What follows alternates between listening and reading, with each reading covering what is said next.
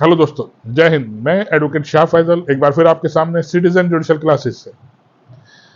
आज मैं आपको बताऊंगा, जब किसी व्यक्ति को किसी झूठे केस में, किसी गलत केस में गिरफ्तार कर लिया जाता है, कोई अपराध उसने नहीं भी किया होता, फिर भी उसे गिरफ्तार कर लिया जाता है और उसे थाने में कहा जाता है अपने गुनाह को कबूल करो। जो गुनाह उसने करा भी नहीं होता उसे जबरदस्ती कबूल कराया जाता है कि आप अपने गुनाह को कबूल कीजिए, जबरदस्ती कन्फेशन कीजिए। तो आपको कैसे बचाव मिले? आपने थाने में तो कबूल कर लिया कि आपने वो अपराध किया, पिटाई के बचने की वजह से, तो आपके पास के कोई अधिकार भी है? उसके बारे में आज आपको बताऊंगा। देखिए, जब किसी व्यक्ति से पुलिस स्टेशन के अंदर पुलिस ऑफिसर के सामने वो कन्फेशन करता है, अपने गुनाह को कबूल कर लेता है, कर लेना चाहिए, कोई दिक्कत नहीं है। ठीक, अगर कोई पुलिस अधिकारी कह रहा है तुमने ये अपराध किया, कह दो हाँ किया। उससे क्या फायदा होगा? उससे आपको ये फायदा होगा कि आप पिटाई से बच जाएंगे, आप उल्टी सीधी मार पिटाई से, गाली गलौज से बच जाएंगे, जो आमतौर पर की जा सकती है आपके विरुद्ध। होती नहीं है, पहले हुआ करती थी, लेकिन आज के समय में ऐसे कोई पुलिस ऑफिसर कभी मार पिटाई बहुत कम करते हैं।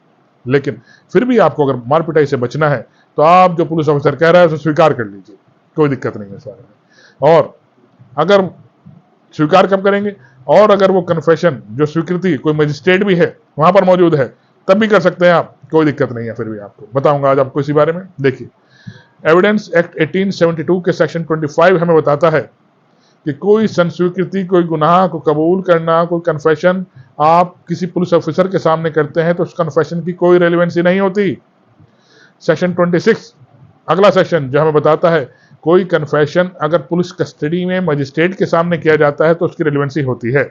लेकिन इसी का उल्टा सेक्शन 24 हमें बताता है कि कन्फेशन अगर डराकर, धमकाकर, किसी प्रलोभन के अधीन, ठीक, किसी और अलग से प्रलोभन दिया जा रहा है आपको कि आपकी सजा माफ कर देंगे, कम करा देंगे, ये कर देंगे, वो कर देंगे, इस प्रलोभन के अधीन आपसे कोई कन्फेशन मजिस्ट्रेट के सामने भी कराया जा रहा है तो उसकी भी कन्फेशन की कोई रेलिवेंसी नहीं होती।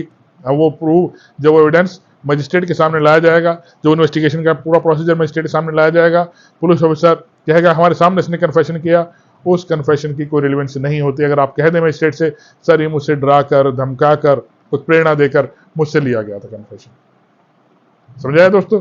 तो सेक्शन 24, 25, 26 इसी को लेकर बने हैं, कन्फेशन को लेकर ही बने हैं।